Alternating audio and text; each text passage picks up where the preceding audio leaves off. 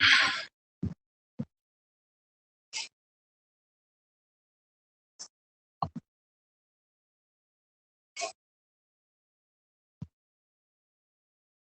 morning. Today we will discuss about the Bohr model in absorption and a absorption spectrum. Okay. We will also discuss about the Bohr model defects. And now we will discuss about absorption spectrum.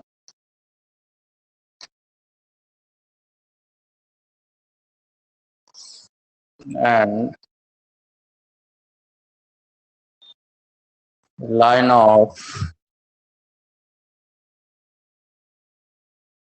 the spectrum.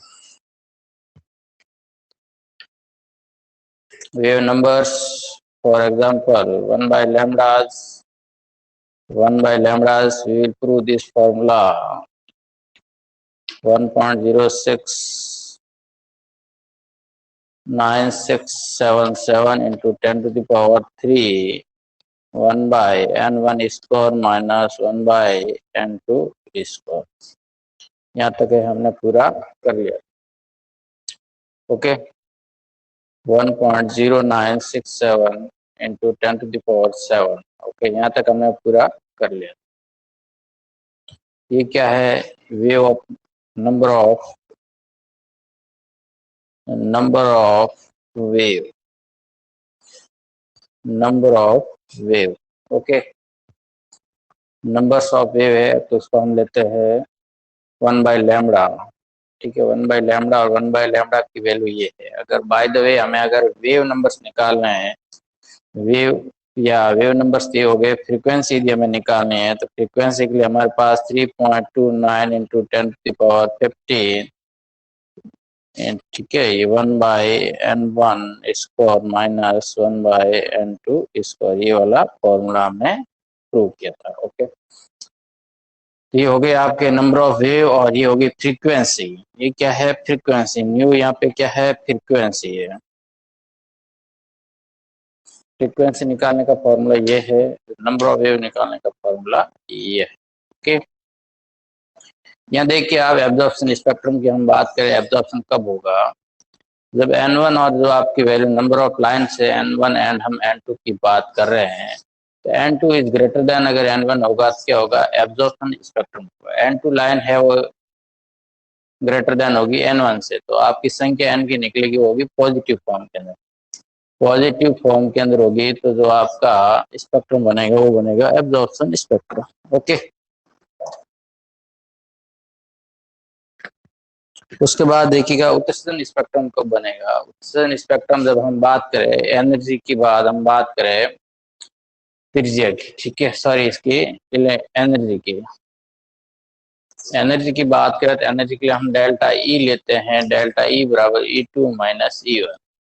E2 minus E1 या इस delta E की value यदि positive form या negative form के अंदर आए, negative form के अंदर आएगी तो इसका मतलब क्या होगा? एनर्जी है वो एक्साइटेड होगी, तो उस दौरान जो आपका स्पेक्ट्रम बनेगा वो बनेगा एक्साइटेड स्पेक्ट्रम. तो क्या होना चाहिए?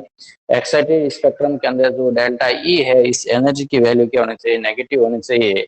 और जो एब्जॉर्प्शन स्पेक्ट्रम है उसमें n2 ग्रेटर देन n1 होगा और n1 की जो वैल्यू है वो हमेशा पॉजिटिव फॉर्म के अंदर आएगी, तो ही आपका एब्जॉर्प्शन स्पेक्ट्रम बनेगा. और ई की वैल्यू यदि नेगेटिव आएगी, एनर्जी हमेशा नेगेटिव के अंदर जाएगी, तभी है वो आपका एक्साइटेड स्पेक्ट्रम बनेगा. नोट डाउन कर लीजिएगा इनको.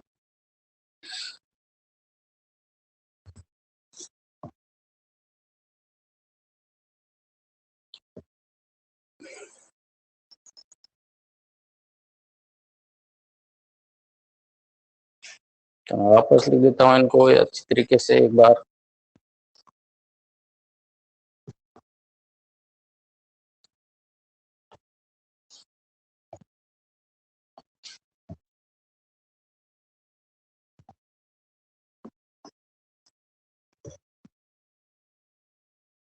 तो देख लीजिए यहाँ पे एक्साइटेड स्पेक्ट्रम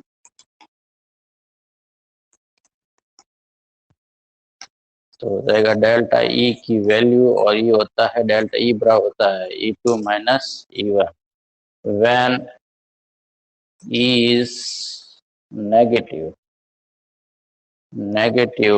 देन क्या होगा, एनर्जी इज एक्साइटेड फॉर्म, तो जो आपका स्पेक्ट्रम बनेगा वो कौन सा हो जाएगा, एक्साइटेड स्पेक्ट्रम। ओके, तो कौन सा स्पेक्ट्रम बनेगा, एक्साइटेड। दूसरी बात, लाइन या बोल दें hydrogen hydrogen spectrum series, hydrogen spectrum series की जो हम लाइन की बात कर रहे हैं उसके अंदर यदि N2 ग्रेटर देन N1 होगा तो N1 आएगा, वो आपके आएगा पॉजिटिव फॉर्म के अंदर। किस फॉर्म के अंदर आएगा, पॉजिटिव। N2 अगर N अगर पॉजिटिव फॉर्म आएगा तो क्या होगा, एनर्जी है वो एब्जॉर्ब होगी, एब्जॉर्प्शन होगी, और उस दौरान जो आपका स्पेक्ट्रम बनेगा वो कौन सा बन जाएगा, एब्जॉर्प्शन स्पेक्ट्रम। ठीक है, उत्सर्जन स्पेक्ट्रम के अंदर एनर्जी है वो नेगेटिव के अंदर होती है, तो अगर डेल्टा ई की अगर एनर्जी नेगेटिव के अंदर है तो आपका एक्साइटेड स्पेक्ट्रम बनेगा। अगर लाइन की बात करें हाइड्रोजन स्पेक्ट्रम सीरीज की अगर बात करें तो N2 ग्रेटर देन N1 होता है, N की वैल्यू यदि पॉजिटिव आएगी तो उस दौरान क्या हो जाएगा, एनर्जी एब्जॉर्प्शन होगी, और एनर्जी एब्जॉर्प्शन होगी तो आपका स्पेक्ट्रम बनेगा वो बनेगा एब्जॉर्प्शन स्पेक्ट्रम। इसको आप इस प्रकार से एक बार नोट डाउन करें, उसके बाद आगे बढ़ते हैं।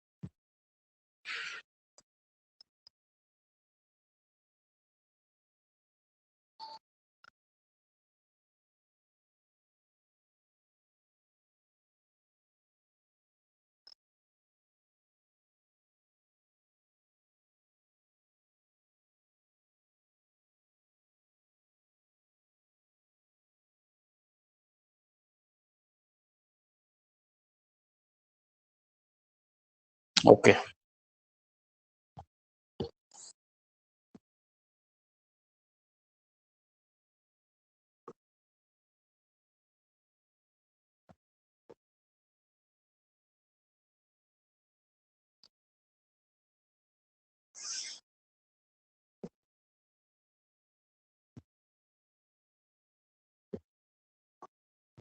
फिर हमने बात की थी, ये होने के बाद हम बात कर रहे हैं जो डेल्टा ई, जो डेल्टा ई की वैल्यू है वो क्या है, E2 माइनस E1 है। ठीक है, तो अगर डेल्टा ई आपको पता है, ई बराबर हमने लिया था सी लैम्डा, तो सी लैम्डा बराबर सी बराबर हो जाएगा ई बाई लैम्डा। ठीक है, ये भी एक आपका फॉर्मूला बन जाएगा।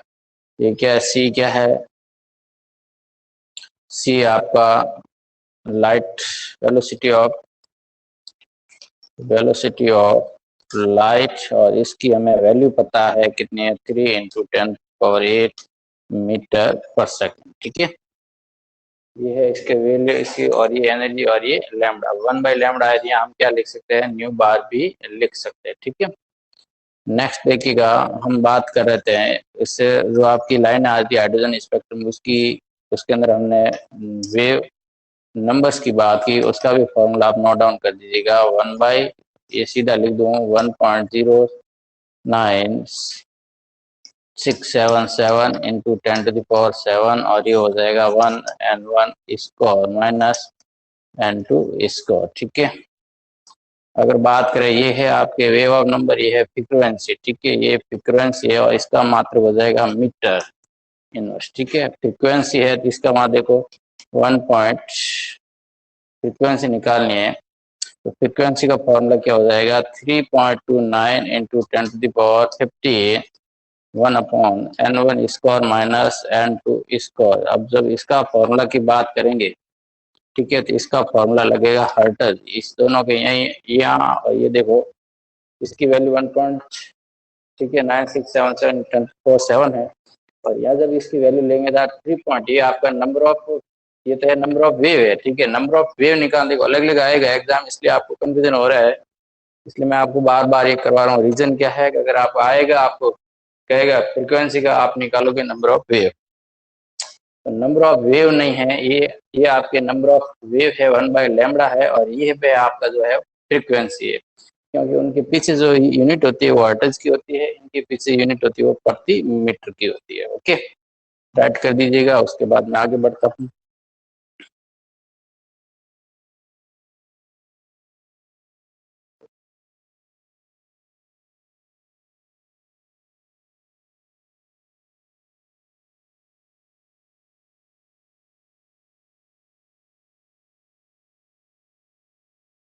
नोट कीजिए, फिर कुछ इंपॉर्टेंट फॉर्मूले है उनको भी आप नोट करें हैं।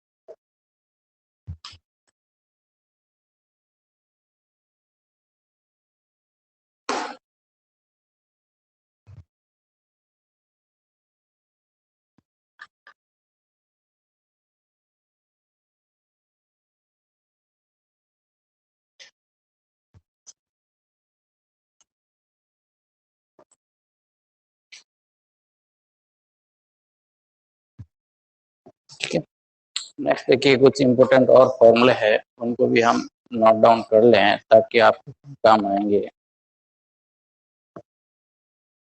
नेक्स्ट देखिएगा, ये जो फॉर्मूला दे रखा है, जैसे आपको पता होगा कि डेल्टा ई एक आपको पता हुआ एच न्यू बराबर E2, और ई की जगह अगर मैं ये भी रख दूँ, ई बराबर सी लैम्डा होता है, या फिर ई बराबर एच न्यू, ई बराबर एच न्यू होता है ना, ये आपकी तरंग प्रकृति एक अपने पढ़ा था, एक अपने पढ़ी थी वेव, एक था वेव फॉर्म ई बराबर एम स्क्वायर, ठीक है, एक पढ़ा था ई बराबर एच न्यू, ठीक है, ये 2 पॉइंट है, इसको 1 और इसको 2 नंबर दे दीजिए, ठीक है। तो हम इस फॉर्मूला 2 फॉर्मूला से लेंगे तो ई बराबर एच न्यू है, ये हो जाएगा E2 माइनस ये E1, ठीक है। अब मेरे को फ्रीक्वेंसी निकालनी है, तो क्या कर दूंगा, E2 माइनस E1 अपॉन क्या हो जाएगा, एच होगा। अब आपको इससे क्या समझ में आया, इससे ये समझ में आया सर कि जो आपकी फ्रीक्वेंसी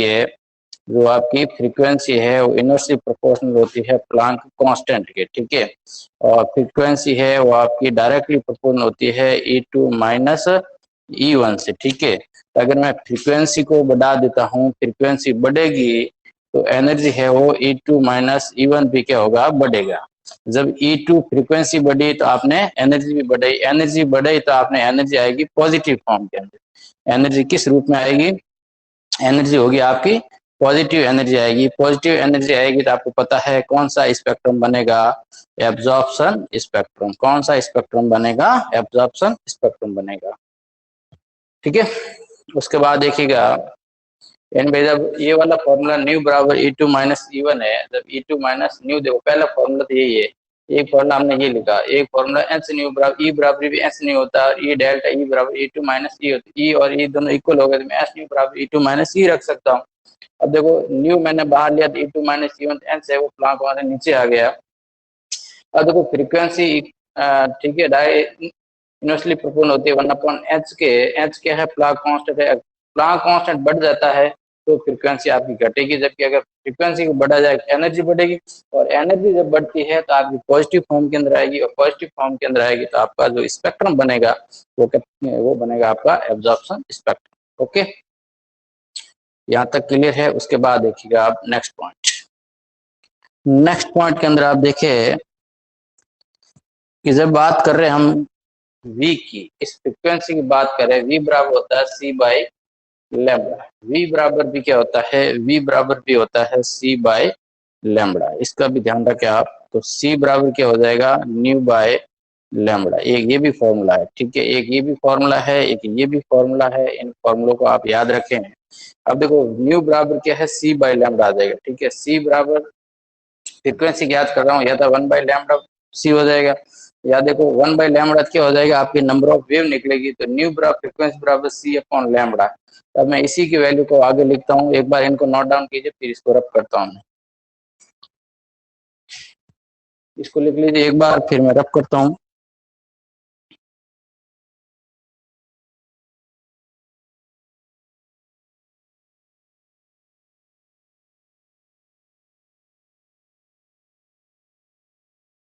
अब देखो इस फॉर्मूले के लेंगे हम, जो ये वाला फॉर्मूला हमें बना था, nu is E two minus E one, तो न्यू बराबर न्यू की अगर वैल्यू रखूँ क्या हो जाएगा, सी बाय लैम्बडा होगा, ठीक है।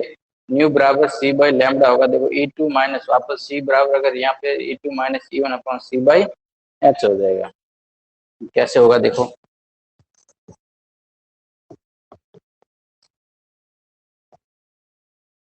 देखो न्यू बराबर क्या लिया था हमने, न्यू बराबर ये रहा, न्यू बराबर अपने कहा ये रहा, न्यू बराबर E two minus E one, nu बराबर E two minus E one upon हो गया एच, न्यू बराबर क्या है, सी बाय लैम्बडा। लैम्बडा को हमने क्या लिया, 1 बाय लैम्बडा ले लो, ठीक है, तो लैम्बडा बाहर आ जाएगा, तो ये न्यू बराबर क्या हो जाएगा, न्यू बराबर क्या हो जाएगा, इसको मैं हटा देता हूँ, तो E two minus E one upon क्या 1 बाय लैम्बडा ले लेता हूँ, इसको 1 बाय लैम्बडा हो जाता है, ये क्या हो जाएगा, सी अपॉन एच। ये 1 बाय लैम्बडा क्या है, ये न्यू बार हो जाएगा, ठीक है। तो 1 बाय लैम्बडा या फिर न्यू ले लेता हूँ इसकी जगह, तो E two minus E one upon हो जाएगा सी एच। अब देखो 1 बाय लैम्बडा क्या है, 1 बाय लैम्बडा बराबर हो जाएगा, ये न्यू बार ले लूँ या नंबर ऑफ तरंग, ठीक है, तो ये 1 by lambda in directly proportional होता है E two minus E one के, ठीक है।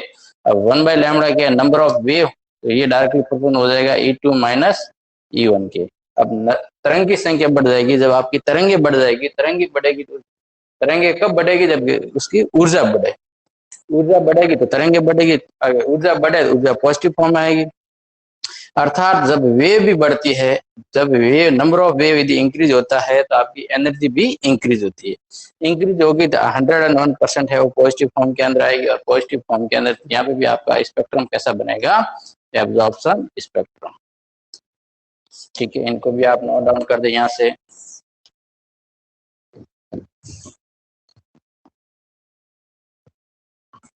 ठीक है।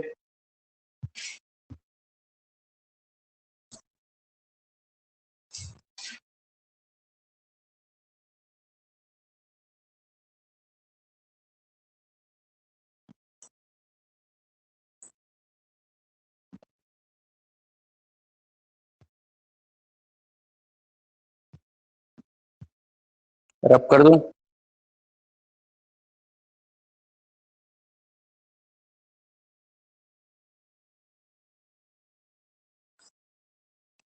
देखो कुछ इसके टॉपिक है वो आप अगर इस तरह से भागते रहोगे तो आपको समझ में नहीं आएगी। बात यह है कुछ टॉपिक इसके कुछ बोरिंग होते हैं, उनको हम सिंप्लीफाई करने का प्रयत्न कर रहे हैं, फिर भी अगर आपको समझ नहीं तो आपको उसको देखते रहना है। एक बार देखोगे, दो बार देखोगे, वो भी अगर समझ में आया, जब भी आपकी ऑफलाइन क्लास स्टार्ट होगी तो आपकी जो भी प्रॉब्लम होगी उस टाइम मैं आपका सॉल्यूशन कर दूंगा। क्लियर, अभी पढ़ा रहा हूँ, एक बार वापस देखेगा, दो बार वहां हो जाएगा, फिर भी यदि आपको दिक्कत होती है तो आपको कुछ जहाँ दिक्कत आ रही है वहां आपका जो भी पॉइंट होता है उसको अंडरलाइन कर दीजिएगा, और जब भी आपकी ऑफलाइन क्लास स्टार्ट होगी उस दौरान मैं आपको पूर्णतः वापस से आपको समझा दूंगा, ठीक है।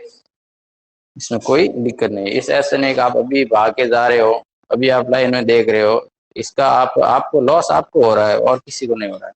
हो सकता है ये आपके पहले नहीं पढ़े हुए हैं, ठीक है, या फिर इसको पढ़ने के लिए आपके पास ये जो मैं करवा रहा हूँ ये इसीलिए करवा रहा हूँ क्योंकि न्यूमेरिकल बेस होंगे आपके पूरे, आगे के देखते हुए आपको मैं पूरा करवा, बाकी टॉपिक तो ये मैं आपको 1 घंटे का ये कंप्लीट करवा देता हूँ, कोई दिक्कत नहीं। मैं समझा इसी कारण है कि भाई आपके जब भी आप कॉम्पिटिशन फाइट करेंगे तो ये आपके फॉर्मूले आते हैं, तो आपको ई टू प्लस प्लस के अंदर दे देंगे, ये न्यू बढ़ेगा, ये भी बढ़ा, क्या होगा जब आवृत्ति बढ़ेगी तो ऊर्जा बढ़ेगी, कौन सा स्पेक्ट्रम होगा, इस प्रकार से जाएगा। एनर्जी घटेगी तो क्या होगा, वेवलेंथ बढ़ेगी नहीं बढ़ेगी, ये आपके क्वेश्चन आते हैं, आप पेपर उठा के देखें तब आपको पता लगेगा। जो आप एसपी सर केमिस्ट्री करवा रहे हैं, वो केमिस्ट्री आपके फायदेमंद बनेगी या नहीं बनेगी, ठीक है। इसलिए आप इसका थोड़ा ध्यान रखें।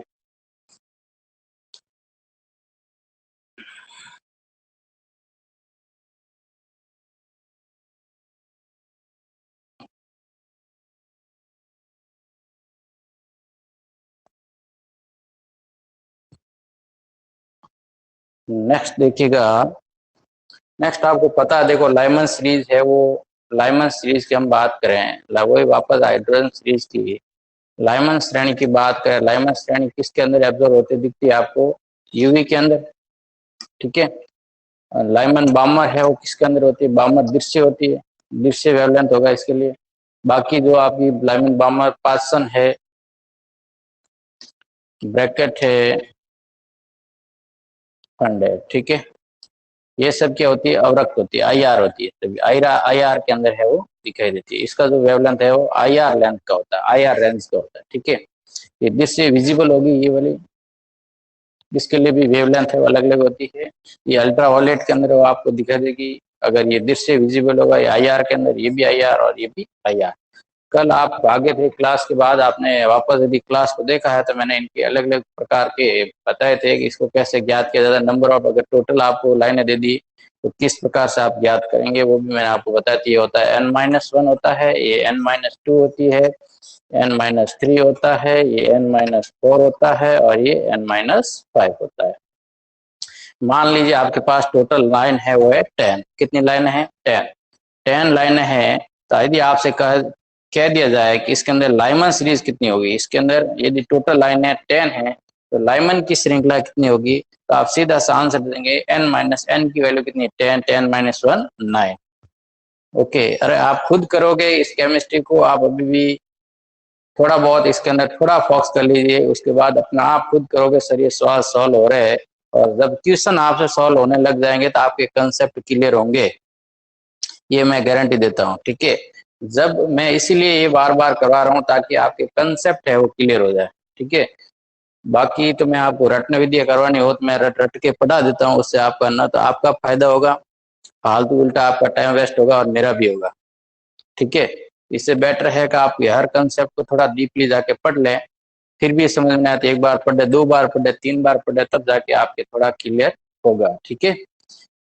ये मैंने आपको कल करवाया था, एन की वैल्यू मैंने 10 दी थी तो मैंने कहा लाइमन सीरीज कितनी है तो n-1 9 हो गया। बामर कितना है तो मैं बी लिखता हूँ, बी कितना हो जाएगा n-2 कितना हो जाएगा, 10-2 कितना हो जाएगा 8 हो जाएगा। पाचन के लिए मैं पी लिखता हूँ, पी कितना हो जाएगा n-3 होगा तो इसकी सीरीज कितनी हो जाएगी 7 हो जाएगी। ब्रैकेट के लिए मैं बी के लिख देता हूँ, बी के कितनी है तो n-4 है तो 10-4 कितना हो जाएगा 6 हो जाएगा। उसके बाद यदि मैं फंड की बात करूँ लिखता हूँ एफ, एफ की अगर सीरीज कितनी है तो आपकी हो जाएगा n-5, तो ये कितनी हो जाएगी आपकी टोटल सीरीज 5। ओके, तो अब आप आसानी से, अगर आपको नंबर ऑफ लाइनें दे रखी है 20, ठीक है, 20, 21, 50, 100 कितनी भी दे रखी तो आप इस प्रकार के फॉर्मूले लगा के आप आसानी से है सॉल्व आउट कर सकते हैं, कोई दिक्कत नहीं होगी, ठीक है। इसको नोट डाउन कर लीजिएगा।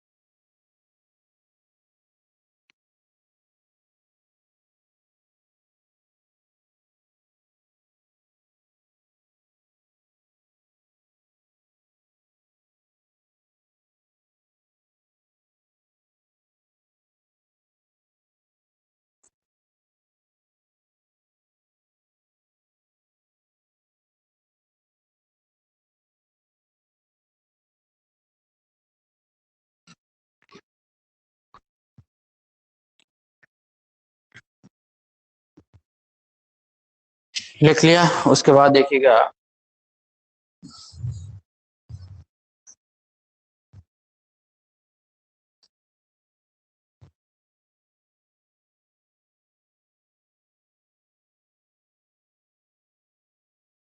देखो कल मैंने एक आपको डायग्राम बनाया था। उस डायग्राम के अंदर ये था, जब कोई आपकी इस प्रकार की सेल दे रखी है, इसमें सेल में क्या होता है, इलेक्ट्रॉन है वो जंप करते हैं। इलेक्ट्रॉन जंप करते हैं उच्च अवस्था से निम्न अवस्था के अंदर, लो लेवल से, ठीक है, हाई लेवल से लो लेवल के अंदर आते हैं। ये इनके नंबर दे रखे, n बराबर 1, n बराबर 2, n बराबर 3, n बराबर 4, n बराबर 5। ये इसके नंबर देगा। अब मान लीजिए इलेक्ट्रॉन इस फिफ्थ कक्षा के अंदर है, यहाँ से जंप करके फर्स्ट कक्षा के अंदर आता है, ठीक है। तो यदि आपको इस फर्स्ट से फिफ्थ से फर्स्ट के अंदर आते हैं, इस प्रकार के वेव कितने, लाइनें कितनी है, कितने प्रकार से ये है, इस प्रकार है इलेक्ट्रॉन है ग्राउंड स्टेट के अंदर आ सकता है, तो उसको बोलते हैं अधिकतम संख्या, अधिकतम लाइनों की संख्या। तो मैक्सिमम नंबर ऑफ लाइन निकालने के लिए आपका एक फॉर्मूला है, उस फॉर्मूले को हम पढ़ते हैं, n-1/2, ठीक है। अब इसी को देख लीजिए आप। अब इसके अंदर देखोगे तो इसके अंदर आपको ये फॉर्मूला दिखाई देगा, कैसे होगा देखो, n-1/2 हो जाएगा। मैंने कहा इस प्रकार की लाइन 10 है, ठीक है, इसी को ले लेता मैं, 5 लाइन है मेरे पास, कितनी लाइन, तो इलेक्ट्रॉन कितने वेव से ग्राउंड स्टेट के अंदर आ सकता है, ये मैंने कल भी करवाया था, और आज आपको इस मैक्सिमम इसकी कितनी अधिकतम संख्या हो सकती है उसको देखो, देखना इधर, n-1 है, n की जगह मैं रखता हूँ 5, ठीक है, 5-1, ठीक है, अपॉन हो जाएगा 2। देखो इसके लाइन कितनी है, 1 2 3 4 5 है, तो नंबर ऑफ लाइन कितनी है, नंबर ऑफ इसके हो जाएंगे, number of line sorry number of cell कितने हो जाएंगे, 5। मैक्सिमम नंबर ऑफ लाइन कितनी हो जाएगी, तो आप 5 ब्रैकेट 5-1 करोगे तो कितना हो जाएगा, 5 इंटू कितना, 5 माइनस हो जाएगा 4, अपॉन हो जाएगा 2, 2 से 2 4 गया 2, तो number of maximum number of line कितनी हो जाएगी, 10। ये जो है वो 10 प्रकार से इस पाइप से फर्स्ट के अंदर आ सकता है, जंप करता है इलेक्ट्रॉन फिफ्थ सेल से ग्राउंड स्टेट के अंदर आने के लिए इसके पास कितने वेव है, 10 वेव है, ठीक है, 10 पाथ है जिसे ये फॉलो करके आ सकता है। तो आप जल्दी से निकाले, यदि इसके अंदर कक्ष अगर 10 है, अगर मैं देता हूँ नंबर ऑफ लाइन यदि आपके 20 है, नंबर ऑफ सेल 20, तो मैक्सिमम नंबर ऑफ लाइन कितनी हो जाएगी, ठीक है। यदि सेलों की संख्या 20 है, ठीक है, तो मैक्सिमम नंबर ऑफ लाइन कितनी होगी, मैक्सिमम नंबर ऑफ लाइन कितनी होगी, निकालिए आप जल्दी।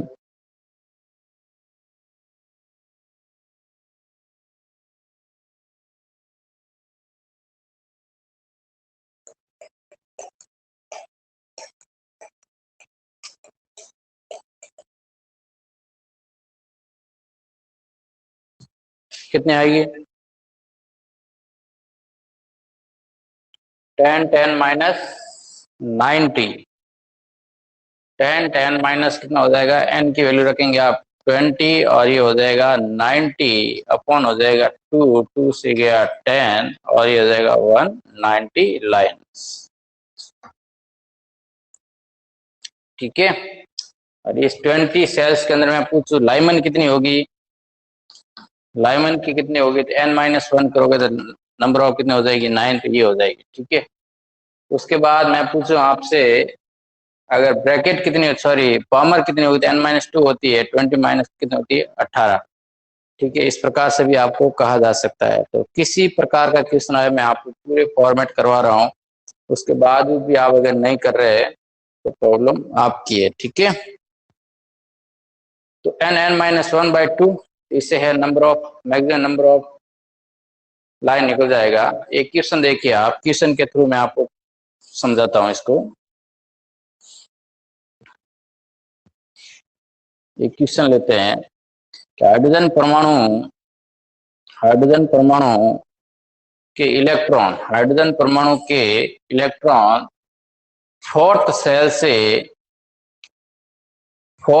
से ग्राउंड अवस्था के अंदर कूदता है, ठीक है, जंप करता है, फोर्थ सेल से फर्स्ट के अंदर है वो जंप करता है।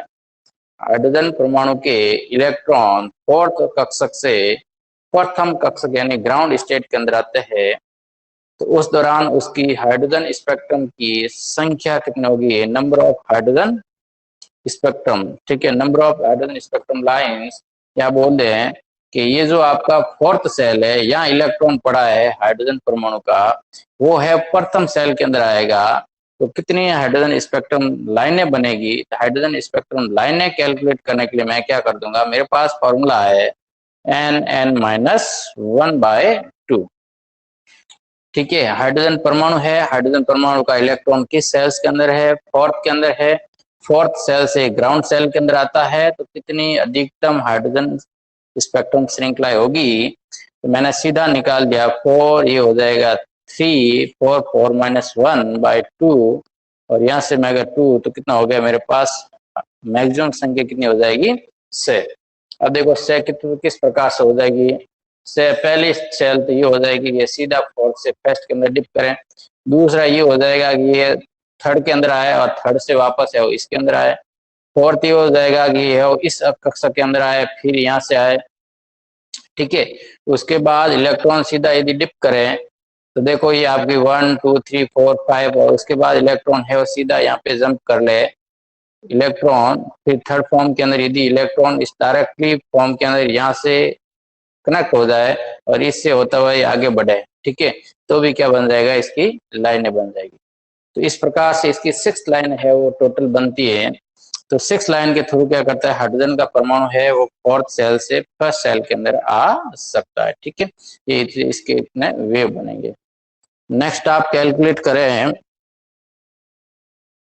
इसकी, यदि आपको आवर्ती, देखो मैं फॉर्मूला क्यों लिखाया, देखो हाइड्रोजन परमाणु फोर्थ सेल से फर्स्ट सेल के अंदर आता है, तो हाइड्रोजन स्पेक्ट्रम की श्रृंखला कितनी बनती है?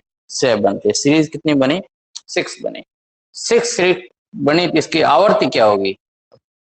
आवर्ती क्या होगी?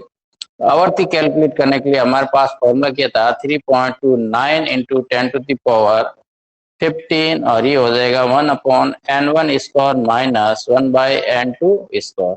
तो देखिए आवर्ती निकालनी है, 3.29 × 10⁻15, ये हो जाएगा 1 प्रथम सेल के अंदर आ रहा था n1 बराबर 1 होगा, तो ये हो जाएगा a का स्क्वायर माइनस, अगर कितने सेल से आ रहा है? फोर्थ सेल से आ रहा है, फोर्थ सेल से आ रहा है, तो कितना हो जाएगा? फोर्थ का हो जाएगा 4²। ठीक है, तो क्या हो जाएगा? 3.29 × 10⁻15, ये हो जाएगा a का स्क्वायर, a की माइनस हो जाएगा 1/60, तो 3.29 × 10⁻15, और ये हो जाएगा आपका 16, 16 - 1 15/16। इनको आप सॉल्व आउट कर दें। ठीक है, ये आपकी फ्रीक्वेंसी आ जाएगी।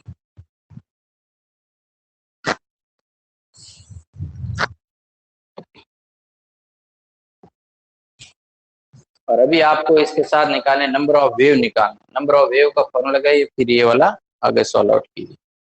आपको क्या निकालना, होमवर्क के अंदर आपके क्या है? नंबर ऑफ वेव निकालनी है, 1/λ निकालना इसका भी फोर्थ सेल से। ठीक है, उसके बाद देखिएगा ये निकालना, आपने क्या निकाल दिया? तो उसका हाइड्रोजन स्पेक्ट्रम की अधिकतम संख्या निकाल दी। उसके बाद क्या निकाल रहे हैं आप? फ्रीक्वेंसी निकाल दी। उसके बाद आप क्या निकाल रहे हैं? तरंग संख्या निकाल दी। अब जब एक बात आप याद रखें, देखो ये देखो एक बात याद रखें, हाइड्रोजन कौन से सीरीज से कहाँ आ रहा है? आउटर सेल से इनर सेल के अंदर आ रहा है, तो स्पेक्ट्रम कैसा बनेगा? उत्सर्जित बनेगा या एब्जॉर्प्शन बनेगा? अवशोषण बनेगा। देखो हाइगर से लॉ के अंदर आ रहा है, ठीक है, तो ऊर्जा एब्जॉर्ब होगी, तो वहां पे जो आपका स्पेक्ट्रम बनेगा, ये स्पेक्ट्रम किस प्रकार का है? अवशोषण स्पेक्ट्रम बनेगा। देखो आपकी मैं पूरी आपकी जितनी डिटेल होती है वो उतना मैं करवाने का प्रयत्न कर रहा हूँ, और एनसीईआरटी के अंदर है बकायदा, और क्वेश्चन आएंगे। एनसीईआरटी का सिलेबस इसीलिए आप पे लागू हो रहा है, ये पूरा यदि आपका एक परमाणु है तो उसके साथ है इस पर इतनी संख्या यानी आपकी जानकारी आप को कलेक्ट करनी पड़ेगी। इस बात का विशेष ध्यान रखें आप। ठीक है, तो देखो आपने क्या निकाल लिया, मैंने आपको ओनली हाइड्रोजन परमाणु की सेल बताया कि भाई ये फोर्थ से फर्स्ट के अंदर आ रहा है, तो आप क्या क्या निकाल सकते हैं? उसका मैक्सिमम संख्या निकाल दी, उसकी आवर्ती निकाल दी, उसकी नंबर ऑफ वेव निकाल दी। अब बता देंगे आप सर इसका स्पेक्ट्रम ये बनेगा, तब जाके आपका ओके होता है। ठीक है, लिख दीजिए इसको। क्लास खत्म हो गई है, सॉरी।